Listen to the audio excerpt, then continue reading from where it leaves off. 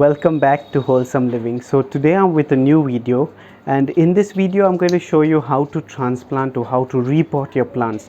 I've just recently repotted this Chinese evergreen. It's been repotted a week ago, and you can see that it's doing pretty fine. Some of the leaves were drying on the sides, so I got them removed, and today I'm going to show you how to repot this string of hearts, my chrysanthemums, which I'm not going to exactly be repotting them, but I'm going to be making cuttings of some and repotting some. There's lemongrass and bleeding heart in the same pot, and at this stage they've begun competing with each other for space, and they're not doing too well. There's less support, they're falling over, and so I'm going to be separating them so they can grow better. There's another lemongrass which I'll be putting in with that one, and I'll be doing that together. And there's this Rajnikanda which is in really bad shape. There's less soil, they're not growing, they're yellowing and drying, so I'm going to be repotting this too. Do watch till the end, and I hope that you learn something from this video. So I've got my pot ready. As you can see, I've filled half the soil there, and now I'm going to remove this very gently and repot it. So when you repot, you have to make sure that you don't disturb the roots as much as possible, because the plant will undergo a lot of stress. So since this is a plastic jar, I'm just going to give it a little press around the sides, and it should come off pretty well, and it should be fine.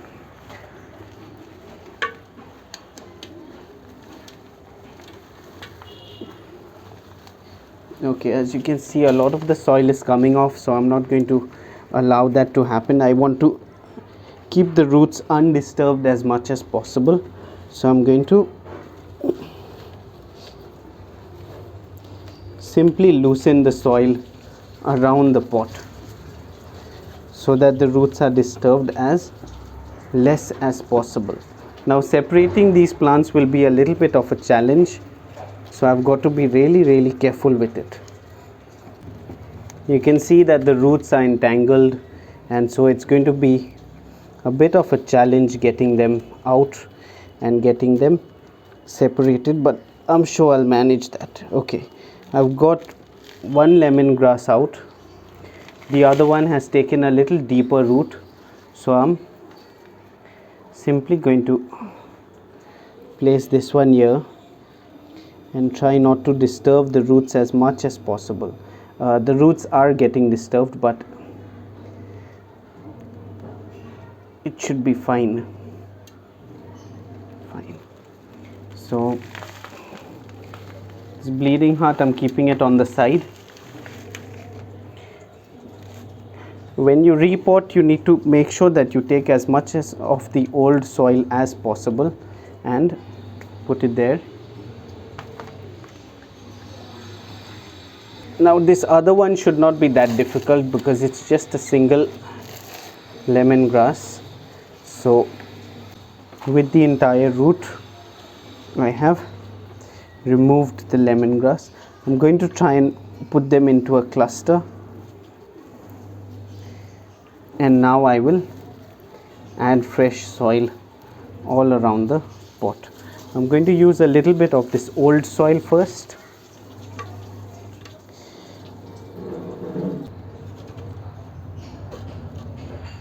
And now I'm going to use some fresh soil from another pot. So this is compost rich soil that I have here. You can see the color difference. It's rich compost soil, so I'm going to simply add this soil to the lemongrass so that it has enough space to grow. We made this compost right here in our backyard, and I might do a video on that sometime soon, on how to get your kitchen waste made into compost. So you can see that as much as possible I'm trying not to disturb the plant, the roots, because if you disturb the roots too much, the plant is already in shock because of being transplanted, and disturbing the roots will add to the shock, and it might become difficult for your plant to survive. Now in the next few days, what's going to happen with this plant is a good amount of the leaves might start drying, and that's okay. Some of the leaves will dry, but once the plant has caught, it will start showing better growth, because now it's in a bigger, deeper pot. You can see this is a small pot and this is a bigger, deeper and better pot. So this pot is going to allow the plant to grow better. You can see I've filled it up quite well, the soil. The reason being, once I water it, the soil is going to get a little compressed with the water and it'll be okay. So that's done. I'm keeping that aside and I'm going to move to my next plant, which is going to be my bleeding heart. Now for this, what I'm doing is I've emptied, you can see some of the compost is still not completely formed, a few peels are there. I've dried this out in the sun and kept it, so that doesn't really matter too much. I've kept this soil here, and the same soil that was there in the bleeding heart, I'm adding some of it, and I'm going to I'll need a little more compost here, compost rich soil. See, there's some sand also mixed in this soil, so I'm going to mix the soil up as much as I can, and once that's done, okay, that's done, I'm going to simply fill the pot to a certain extent and removing the dry leaves. While repotting, if you find any damaged leaves, remove them, because they are going to ultimately perish. Now that that's done, I'm going to fill the soil up around the plant.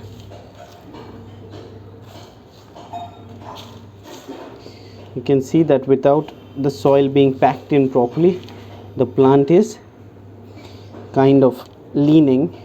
So I'm going to just adjust the soil and fill it up till the pot is completely full. Now what you need to remember when you repot your plants is keep them in a place where it's going to be a little shady, or very less sun is going to fall there, because the plants are already in shock and you don't want to expose them to harsh sunlight, because the roots are weak already, and that might lead to your plant getting killed. That's my Rajnigandha.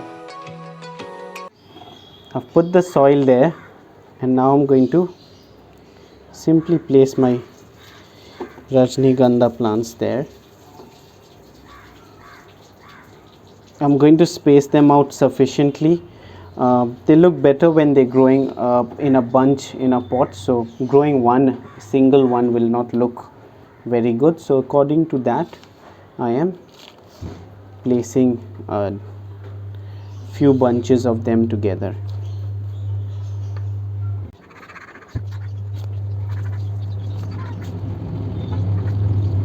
Now that it's done, I'm going to simply leave it like this for a few days. I'm going to water it, and then I'm going to cut off the leaves, not all of them. This one looks good, so I'll just cut the leaves that are yellowing and brown.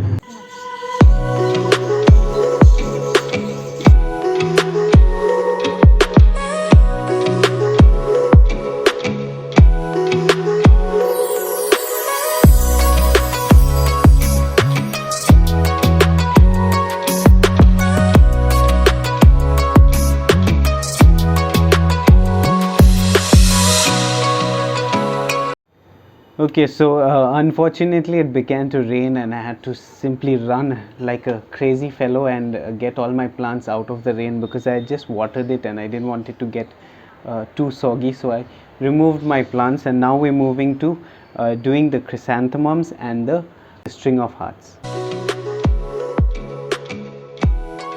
Okay, so as you can see, I've got this chrysanthemum from last year, and it's really gone to a bad condition. It was supposed to be transplanted a little earlier, or maybe cuttings were supposed to be made, but it's not too late. It's still okay. As long as the entire plant has not dried, I can still go ahead and make cuttings. I'm just going to first remove all the dry leaves that are forming at the base of each of these plants. If you can see, there are a lot of dry stalks of the other plants that have died, but the ones that are here, I can still use them. So I'm not going to waste them. I'm going to go ahead and use them. So since these already have roots, what I'll do is the top portion, the top 2 inches or so, I'm going to cut it right there, and all I need to do is put it into the soil. And I will be putting a few with the roots so that it'll be easier for some of them to survive. All of them might not survive, so I'm not going to take the chance of losing my entire bunch of chrysanthemums. I'm going to be a little careful and just take a chance of doing this as an experiment so that I have enough plants later. I'm taking the top end of each of these plants, removing the bottom few leaves that, as you can see, they are already bad. So I'm removing those leaves, and then I am putting it into the soil. I'll show you the results at the end of a week or two, and you'll get to see exactly how these have come up.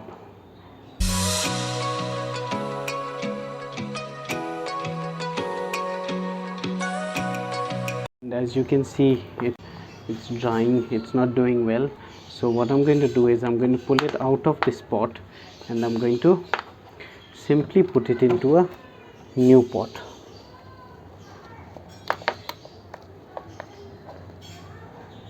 You can see that the roots are not very deep. The roots are also almost rotting actually. So I'll have to just try and get it into this pot.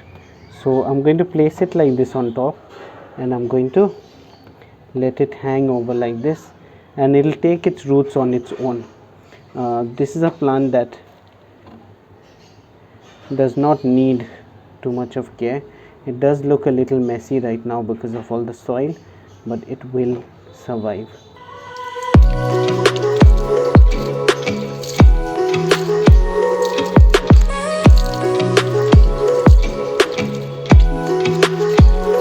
So it's been 2 weeks since I repotted my bleeding heart and my lemongrass, along with the string of hearts and the chrysanthemums and the rajnigandha. Now it's been 3 weeks since I repotted this Chinese evergreen, and you can see the results already showing. There's a new leaf coming here. It's almost completely opened. There's another new leaf coming up here, you can see, and another new leaf coming here. So now I know that this plant has caught and it is growing really well. I haven't watered it. You can see the soil is quite dry, so I've actually missed out on watering a bit. So today I'm going to do a thorough job with that. I also repotted this set of snake plants about 3 weeks ago, same time as the Chinese evergreen, and you can see that this has also taken on really well, and there's a new leaf coming up there, which is a sign that the plant has caught. It normally takes 3 weeks to a month for the plant to catch and actually set in a new pot before you see visible growth. And there was also this little touch me not, which is sometimes considered a jungle or weed, but I wanted to have one, so I got a touch me not plant, and it's right now gone off to sleep because it's evening time, so the leaves aren't open. These leaves are also going to close in a while, and it's survived. It was a big one. The initial leaves of the plant which I had got, they fell off, they dried and fell off, but now you can see the plant has recovered. It's been 3 weeks since that happened. It's my bleeding heart. It's doing much better than last time. Since it's been 2 weeks, you can see 1 or 2 leaves had dried and fallen off. There's another one rotting here. I've removed that, and there's this leaf which is also kind of wilting off. So these leaves which are bending off, I'm going to simply cut them and throw them out so that the plant does well. This leaf is okay. What I also need to do is, if you can notice, the soil is very less and the soil has become compact after 2 weeks of watering. So I'll need to loosen the soil a bit and I'll need to fill it again up to the top, so that these leaves, they kind of hold on and become more kind of condensed to one place. That's my lemongrass, also planted 2 weeks ago, and you can see there are a lot of dry leaves here. So I'm going to be removing the dry leaves, and at the same time I'll be removing all the other leaves that are there, the other green leaves that are growing quite big and that are tending to fall off. I'm going to trim it a bit so that the plant focuses on the growth of some fresh new leaves. So within another 2 weeks or 3 weeks, I should be getting fresh lemongrass leaves. For now, what I'll be doing is simply remove all the dry leaves, and then all these big long stalks which are drying off, I'm going to cut them and I'm going to keep them aside and dry them and use them at another point for maybe some lemon tea, lemongrass tea. It may look like, oh my gosh, the plant is gone now, there's nothing left on it, but if you actually think of it, this is what is going to help the plant to grow better. It's going to help the plant to improve its growth. That's my Rajnigandha. You can see it's got okay, and you can also see that there's some small little growth here. There's growth here, there's growth here, there's growth here. There are small leaves growing out on several of the Rajnigandha bulbs. There's this one particular bulb that has not shown any growth, or it is actually showing a little growth there. Now what I need to do here is I need to remove some of these leaves so that the new leaves get a chance to grow. The new healthy leaves start growing. So I'm going to simply again snip off all these unwanted leaves so that the main plant gets a chance to grow. You can see all these yellow damaged leaves. Be careful you don't snip off any of the good leaves because the plant will need a few of the leaves to continue making food or absorbing energy. So I've cut off most of the old leaves that were there when I had initially transplanted the plant. Now why I didn't cut it off at the earlier stage is because I wanted the plant to get enough energy from using the old leaves. Now that the old leaves have recovered and are doing better, I'm simply cutting them off, giving it a trim, and it's going to do better now. The new leaves are coming up, and this will fill up in another 2 or 3 weeks. It will fill up. That's my chrysanthemum, and you can see there are some fresh new leaves here, fresh new leaves coming up on quite a number of the branches out here. But there's also a little bit of a failure here. I can see a really bad one, so I'm going to pull it out right from the bottom and throw it aside because it's not a healthy one. I think there's another one. Okay, that's not too bad. It's actually just leaned downwards, but it's looking healthy, so I'm not going to remove it. The rest looks pretty fine, as you can see. Over here you can see a lot of the leaves. What happened is they've rotted and they've fallen off, and that's part of it because I didn't use any rooting hormone or anything. So a lot of the leaves have not, the stems have not taken, the cuttings have not taken, and some of them have taken. The middle few of them have died, but that's okay. Hopefully it will fill up over time. That's my string of hearts, and you can see it's gone terrible, but there are signs of new growth in some of the places. The entire plant has kind of rotted, and some of the plant has recovered. So this is part of the trial and error process. Unfortunately, a lot of the good plants died, but it will recover and it will survive. Hopefully after another month or two, I'll be able to show you what this plant looks like. I hope you liked the video on repotting, and I hope you also take time to watch our other videos. If you liked our videos, do like and subscribe, and it's time for me to go and get these watered before they start giving me trouble. So I better go. See you next time.